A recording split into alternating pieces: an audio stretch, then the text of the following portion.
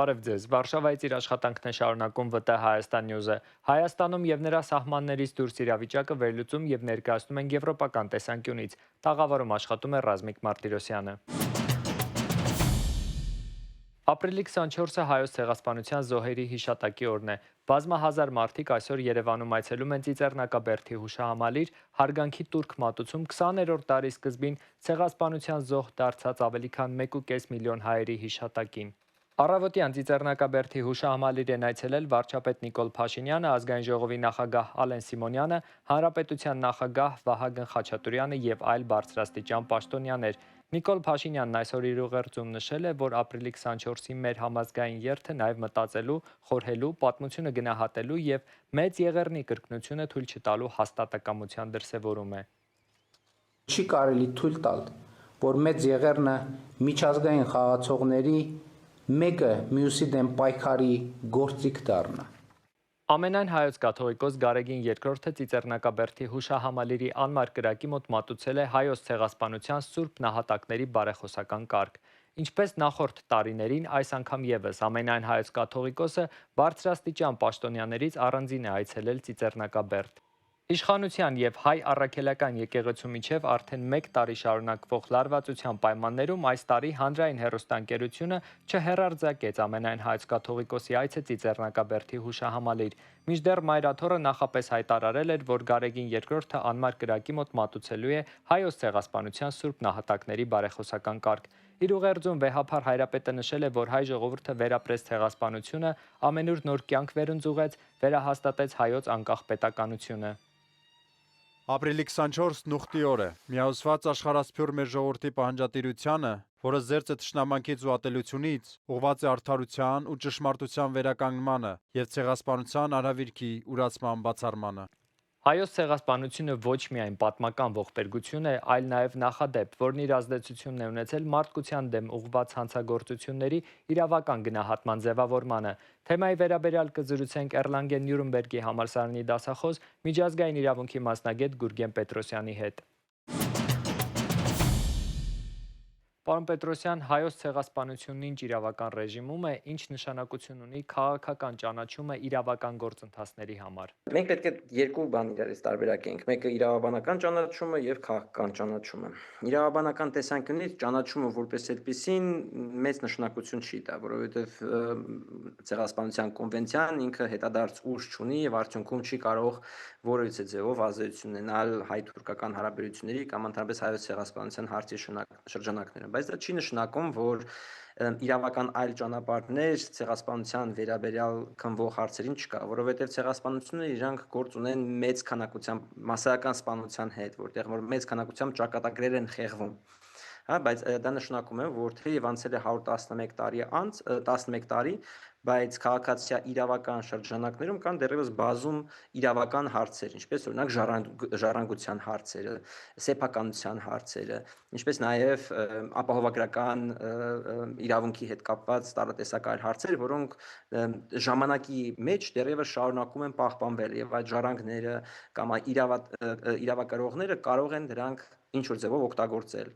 Հիմա քաղաքական տեսանկյունից քաղաքական ճանաչումը ինքը ինչ-որ չափով տալիս է նշանակություն։ Ներկայությամբ գրեթե կարելի է չգտնել այնպիսի մարդ, որ չգիտի պատմությունից ելնելով, թե ցեղասպանությունը ինչ տեսակ ցեղասպանություն է տեղի ունեցել հայ ժողովրդի, ասորիների, հույների եւ այլ ժողովուրդների, այլ փոքրամասնությունների նկատմամբ, ովքեր որ ապրել են Օսմանյան կայսրությունում առաջին համաշխարհային պատերազմների ընթացքում, բայց որպես այդպեսին այդ քաղաքական ճանաչողությունը իրավական դռներ որպես այդպեսին չի բացելու, բայց իրավական տեսանկյունից առանձին ազգային դատական համակարգերում կարող են նման տեսակի հարցեր քննվել, որտեղ որ իրավաբանորեն կարող է եւս մեկ անգամ արձանագրվել, որ այն ինչ որ տեղի ունեցել է, դա ցեղասպանություն է։ Հիմա քաղաքական տեսանկյունից եթե դիտարկենք ներկայիս հայ-թուրքական հարաբերությունների, այսպես ասած, զարգացումը եւ ինչ որ չափով հետքայլ կամ մի փոքր ոչ առաջնային պլան դնելը ցեղասպանության ճանաչման հարցը, բնական է սա կարող ունենալ իր հետևանքները, որովհետեւ այստեղ մի կարևոր հանգամանք պետք է հաշվի առնենք, որ հայոց ցեղասպանությունը եւ 2023 թվականի բռնագաղթը հայ ժողովրդի Արցախից, դրանք ինչ որ չափով իրանք փոխկապակցված երևույթներ են։ Դրանք դժվար է իրարից տարանջատել, դրանք իզոլացված ակտեր չեն։ Դրանք մտնում են նույն այդ գաղափարախոսության տակ, որի արդյունքում հայոց ցեղասպանությունն է տեղի ունեցել։ Հիմա եթե մենք այդ քայլից որպես այդպեսին նահանջ ենք կատարում եւ քաղաքական տեսանկյունից պահանջատեր կարգավիճակով հանդես չեն գալիս, նշանակում որ միջազգային հանրությունը որպես այդպեսին նույնպես չի դիտարկելու այս հարցը առաջնային քննարկելու, որը ունի նաև իր մշակութային եւ պատմական այլ տեսակ հաջորդականություն, հա, ժառանգները կամ նոր սերունդները, ովքեր որ ծնվում են կամ տեսնում են, որ այդ թեման այդքան չի բարձրաձայնվում, ապա գնալով այդ բանը կարող է հանգչել ու կորել, բայց սա միայն հայոց ցեղասպանությանը չի վերաբերում, հա, սա նաև վերաբերում է շատ այլ տարատեսակ ցեղասպանություններին, որտեղ որ մեծ քանակությամբ ժողովուրդ ենթարկվել է ոչնչացման։ Պարոն Պետրոսյան, ցեղասպանությունների եւ այլ ոճրագործությունների կանխարգելման խնդիրները միջազգային իրավունքի տեսանկյունից ինչ կերպ են կարգավորվում։ Կոնվենցիան որպես այդպեսին նախատեսում է հարմոնիզացիա դատական իր սեփական օրենսդրության հետ, դա նշանակում է, որ յուրաքանչյուր պետություն, որ դառնում է միջազգային կոնվենցիայի անդամ, պետք է ցեղասպանությունը ներմուծի իր ազգային քրեական համակարգ եւ դարձնի դա պատժելի, ինչպես նաեւ կանխարգելելի։ Եթե պետությունը ինքն է կատարում այդ հանցագործությունը, կոնվենցիան այնպիսի միջոցներ է թույլ տալիս այլ պետություններին, քանի որ սա ամենավտանգավոր հանցագործություններից մեկն է, պահանջում է այլ պետություններից նույնպես համապատասխան գործողությունների դիմել, հա, նույն պարագայում մենք տեսնում ենք օրինակ միջազգային արդարադատության դատարանում համապատասխան գործընթացներ, որտեղ որ աշխարհագրորեն տարբեր տեղերում գտնվող պետությունները իրար նկատմամբ հայցեր են դիմում ցեղասպանությունը կանխարգելելու համար։ Սա հենց կանխարգելման այդ առաջին մեխանիզմներից մեկն է։ Դրանից բխում է նաև օրինակ քաղաքական սանկցիաներ կիրառելը, ֆինանսական սանկցիաներ կիրառելը, սիմվոլիկ նաև սանկցիաներ կիրառելը, տարատեսակ միջոցառումներ չանցկացնելը եւ այլն եւ այլն։ Դրանք ամեն ինչը մտնում են միջազգային կոնվենցիայի, ցեղասպանության դեմ ուղղված կոնվենցիայի շրջանակներում։ Դրանք այդ մեխանիզմները որպես այդպեսին դրանով են պայմանավորված, որովհետեւ եթե ցեղասպանությունը տեղի ունենում, ապա հաջորդիվ իմպերատիվ բնույթ է կրում այլ պետությունների ուղղակի եւ անուղղակի մասնակցությունը դրա կանխարգելման process-ին։ Ցեղասպանությունների կանխարգելման տեսանկյունից միջազգային ներկայիս իրավական համակարգը, այսինքն որքանով է արդյունավետ։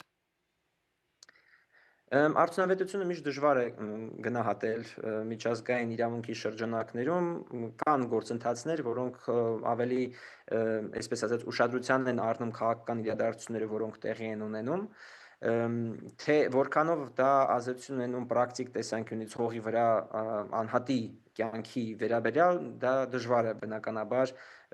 այսպես ասած, իրականությունից կտրված ասել, որ շատ դրական ազդեցություն են ունենում։ Ոչ, ժողովուրդները շարունակում են տարապել նման տեսակ հանցագործություններից, դա ակներև է եւ այսօր էլ ենք մենք տեսնում տարատեսակ միջազգային հանցագործություններ, որոնք տեղի են ունենում եւ այդ մեխանիզմները որպես այդպեսին ամբողջությամբ կյանքը չեն փոխում, բայց այդ մեխանիզմները իրանք ավելի խորքային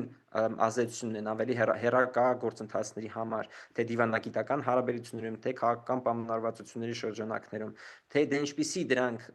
տասնամյակներ անց փոփոխություն կդնեն կոնկրետ անձի կյանքի վրա, հողի վրա, դա արդեն ժամանակի հարց է։ Եվ եթե իրավական սահմանումը տանք, ինչն է համարվում ցեղասպանություն, որ գործողությունները։ Ցեղասպանությունը համարվում է այն հանցագործությունը, որը հատուկ դիտավորությամբ կատարվել է ռասայական, էթնիկական, ազգային եւ կրոնական խումբը ամբողջովին կամ մասնակի ոչնչացնելու համար։ Սա իր մեջ ներառում է այնպիսի գործողություն, ինչպես սպանությունը, առանձնակի տեսակի մարմնական վնաս պատճառելը, այնպիսի պայմաններ ստեղծելը, որտեղ որ բնակչությունը ամբողջությամբ կամ մասնակի կարող է վերանալ, ինչպես օրինակ սովի մատնելը կամ անապատ ուղարկելը ժողովրդին, հա, դեպորտացիա անելը, ստերիլիզացնելը ժողովրդին կամ կոնկրետ անձանց, որով նախատեսված է այդ գենոֆոնդը որպես այդպեսին վերացնել, եւ մեկ այլ տեսակ է երեխաներին մեկ խմբից մյուս խումբը ինտեգրացնել, որպեսզի իրենք իրենց իդենտիֆիկացիան որպես այդպեսին կորցնեն։ Այս 5 պայմաններն են, եթե բավարարված է օրինակ հատուկ դիտավորության բանը։ Իսկ հատուկ դիտավորությունը, այսինքն առանձնակի դիտավորությունը, որը տարբերվում է հասարակ, այսինքն նորմալ սպանությունից, պայմանավորված է նրանով, որ նա թիրախավորում է տուժողին զուտ մենակ իր պատկանելության համար։ Իրան հետաքրքիր չէ թե տուժողը ով է, իրան հետաքրքիր է, որ տուժողը պատկանում է կոնկրետ իմ նշած խմբերին։ Այսինքն 2023 թվականի դեպքերին եթե անդրադառնանք, Լեռնային Ղարաբաղում տեղի ունեցած այս կետերը համընկնում են։ Լեռնային Ղարաբաղի դեպքում ընդհանուր առմամբ այդ քաղաքականությունը, որ տարված է հայ ժողովրդի նկատմամբ, այդ տեսանկյունով, այո, համեմատություններ կան, բայց այն, որ հայոց ցեղասպանությունը եւ բռնագաղթը որպես այդպեսին իրանք փոխկապակցված երևույթներ են, դա ակնհայտ է, այո։ Եվ միջազգային իրավունքի տեսանկյունից ինչ կերպ եք տեսնում այս հարցի լուծումը, օրինակ 23 թվականի դեպքերի։ Կան 2-3 միջոցներ, դա միջազգային արտադրության դատարանն է իրավական տեսանկյունից, որտեղ որ կա քննվող գործ ռասայական խտրականության շրջանակներում, երկրորդը վերաբերում է միջազգային քրեական դատարանին, որտեղ որ Հայաստանը վերջերս դարձել է միջազգային քրեական դատարանի անդամ եւ դրանով դատարանը կարող է անձին ենթարկել քրեական պատասխանատվության մարդկության դեմ ցեղասպանության եւ պատերազմական հանցագործությունների կատարման համար եւ երրորդ ճանապարհը դա արդեն մարդու իրավունքների տեսանկյունից է, դա վերաբերում է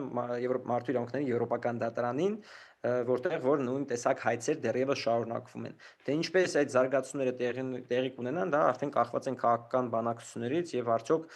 պետությունները պատրաստական կլինեն այդ դիմումները հետ վերցնել, որտեղ այդպիսի քննարկումներ գնում են։ Եվ այստեղ պետք է ավելացնեմ, որ այդ դիմումները չպետք է որպես այդպեսին հետ կանչվեն, որովհետեւ մեզ անհրաժեշտ է, որ այս խնդիրները իրավական ձևակերպում ստանան։ Եվ որից հետո ոչ մի կասկած չի առաջանա, թե բռնագաղթը Արցախից դա եղել է ցեղասպանություն, թե մարդկության դեմ հանցագործություն, թե պատերազմական հանցագործություն։ Կարող ենք արձանագրել, որ միջազգային իրավունքը չի աշխատում։ Այո, բնականաբար այս հարցը իր արդար տեղը ունի հնչելու, որովհետև մենք տեսնում ենք ամբողջ աշխարհում ինչպեսի գործընթացներ են տեղի ունենում, բայց միջազգային իրավունքը առաջին հերթին ինքը միանգամից չի գործում, ինքը չի փոխում արկա իրավիճակը։ Միջազգային իրավունքը որպես այդպեսին ինքը ստեղծված չի եղել առանձին անհատներին պաշտպանելու համար, որովհետև ովքեր են ստեղծում այդ իրավունքը, պետություններն են այդ իրավունքները ստեղծում, եւ պետությունները բնականաբար այդ իրավունքները ստեղծում են իրենց քաղաքական շահերին համապատասխան, եւ դա է հենց իրենց համար հիմնական գործիքը այդ միջազգային իրավունքը օգտագործելու համար։ Ցեղասպանություն եզրույթը շրջանառության մեջ է դրել լեհ իրավաբան Ռաֆայել Լեմկինը երկրորդ համաշխարհային պատերազմից հետո։ Նա փորձեց իրավական լեզվով ձևակերպել այնպիսի հանցագործությունները, որոնք ուղղված են ամբողջական ժողովուրդների ոչնչացմանը։ Լեմկինի վրա մեծ ազդեցություն էր թողել նաև հայոց ցեղասպանության փաստը, ինչը նրան մղեց առաջ քաշելու այս հասկացությունը։ Հետագայում ցեղասպանություն տերմինը դարձավ միջազգային իրավունքի կարևոր հիմնասյուներից մեկը։ Թեմային անդրադարձել է իմ գործընկեր Նունե Գևորգյանը։ Մինչև 1939 թվականը այս շենքում ապրել եւ աշխատել է լեհ իրավաբան ծագումով հրեա Ռաֆայել Լեմկինը, մարդ, որը համարվում է ցեղասպանություն եզրույթի հեղինակը։ Լեմկինը միավորեց հունարեն «ջենոս», «ցեղ», «թող» եւ լատիներեն «սայթ» սպանություն բառերը, բնութագրելու համար պետականորեն ծրագրված զանգվածային սպանությունները։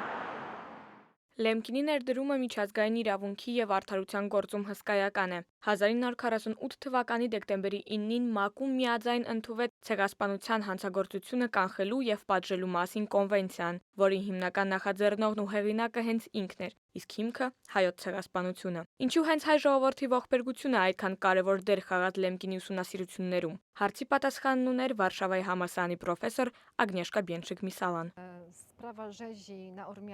Հայկական կոտորածները Ռաֆայել Լեմկինի համար իսկապես կողմնորոշիչ իրադարձություն դարձան։ Կարելի է ասել, որ Լեմկինին դեռ շատ վաղ տարիքից հետաքրքրել է աշխարհում տեղի ունեցող անարդարությունները, մարդկանց նկատմամբ կիրառվող չարիքները եւ այդ տարիքում ուսումնասիրել է դեռ հին ժամանակներում քրիստոնյաների զինվորների հանդեպ հալածանքները։ Բայց իրականում դեռահաս տարիքում լինելով իրադարձությունների ժամանակակիցը նա գրեթե իր աչքերով ականատես է եղել Թուրքիայի կողմից իրականացված հայերի կոտորածներին։ Միևնույն ժամանակ ուսանող լինելով նա հարցրել է իր դասախոսներին, թե ինչու աշխարհը չի արձագանքում։ Այսպիսով, մի կողմից նա տեսել է սարսափելի հանցագործություն, իսկ մյուս կողմից մի աշխարհ, որն անկարող է որևէ բան անել։ Բացի այդ, նրան խորապես ցնցել է Սողոմոն Թեհլերյանի կողմից հայկական կոտորածների կազմակերպիչներից մեկի Թալիաթ Փաշայի սպանությունը։ Նրան զարմացնում էր, որ աշխարհը հետաքրքրվում է, երբ սպանվում է մեկ մարդ, սակայն լիովին անտարբեր է մնում, երբ սպանվում են միլիոնավոր մարդիկ։ Կարծում եմ, Ռաֆայել Լեմկինը բախվում էր նույն խոչընդոտներին, որոնց հետ մենք բախվում ենք այսօր։ Նրանք, ովքեր պայքարում են մարդու իրավունքների համար կամ փորձում են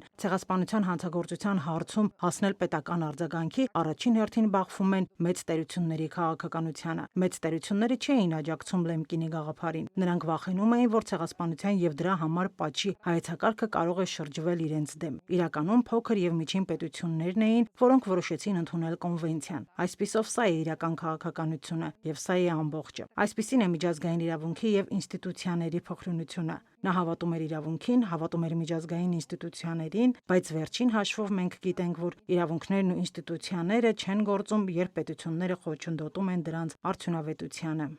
Իսկ թե ինչ նշանակություն ունեցավ ցեղասպանություն եզրույթը հատկապես հայ ժողովրդի համար, մանրամասնում է պատմական գիտությունների դոկտոր Հարություն Մարությանը, նշելով, որ հայոց ցեղասպանությունը որպես արդարության, պահանջատիրության, իրավունքների վերականգնման, հատուցման հարց տեղափոխվեց իրավական հարթություն։ Առաջին հերթին ցեղասպանության ճանաչումը օգուտ է տալիս, բառից բուն իմաստով օգուտ է տալիս տվյալ երկրի հայազգի քաղաքացիներին, որովհետև իրենք այդ որպես այդ երկրի քաղաքացիներ զգում են, տեսնում են, որ իրենց պետությունը ճանաչում է այն պատմական իրողությունը, այն դաժանությունները, որոնք եղել են հայոց նկատմամբ։ Դա շատ կարևոր է։ Լեհաստանն էլ անմասն չմնաց եւ 2005 թվականի ապրիլի 19-ին Լեհաստանի խորհրդարանը Սեյմը ընդունեց հայոց ցեղասպանությունը։ Լեհաստանի Հանրապետության Սեյմը հարգանքի տուրք է մատուցում առաջին համաշխարհային պատերազմի ժամանակ Թուրքիայում հայ բնակչության նկատմամբ կատարված ցեղասպանության զոհերի հիշատակին։ Այդ ոճրագործության զոհերի հիշատակը հարգելն ու հանցագործությունը դատապարտելը ողջ մարդկության, պետությունների ու բարի կամքի տեր մարդկանց բարոյական պարտականությունն է։ Ֆրանսիան ոգեկոչում է 1915 թվականի հայոց ցեղասպանության տարելիցը եւ խոնարհվում զոհերի հիշատակի առջեւ։ Այս մասին X-ի իր էջում գրել է Ֆրանսիայի նախագահ Էմանուել Մակրոնը։ Նա նշել է, որ սա առիթ է հիշելու, փոխանցելու եւ ընդգծելու այն անքակտելի կապը, որը միավորում է Ֆրանսիան Հայաստանին, իսկ ֆրանսիացիներին հայերին։ 2001 թվականի հունվարի 29-ին Ֆրանսիան դարձավ առաջին խոշոր եվրոպական երկիրը, որը ցեղասպանության ճանաչմանը տվեց օրենքի ուժ, իսկ 2019 թվականին Էմանուել Մակրոնի հրամանագրով ապրիլի 24-ը Ֆրանսիայում պաշտոնապես հռչակվեց հայոց ցեղասպանության հիշատակի ազգային օր։ Հունաստանի նախագահ Կոնստանտինոս Տասուլասն ընդգծել է, որ հայ եւ հույն ժողովուրդները կապված են համատեղ փորձությունների, ինչպես նաեւ համերաշխության, բարեկամության եւ փոխադարձարգանքի ամուր հարաբերությունների միջոցով կերտված հավերժական կապերով։ Այսօր Օսմանյան կայսրության կողմից իրականացված հայոց ցեղասպանության 111-րդ տարելիցին, որ մարդկության դեմ ամենասարսափելի հանցագործություններից մեկն է, մենք հարգանքի տուրք ենք մատուցում 1.5 միլիոն զոհերի հիշատակին։ Պատմական հիշողությունը պահանջում է մշտական զգոնություն, ապահովելու համար, որ պատմության ողբերգական իրադարձությունները երբեք չկրկնվեն։ Այս թողարկման համար նախատեսել էինք այսքանը։ Հետևեք մեզ ՎՏ Հայաստան Նյուզի Facebook-յան եւ YouTube-յան հարթակներում, որպեսզի բաց չթողնեք օրվա կարևոր նորությունները։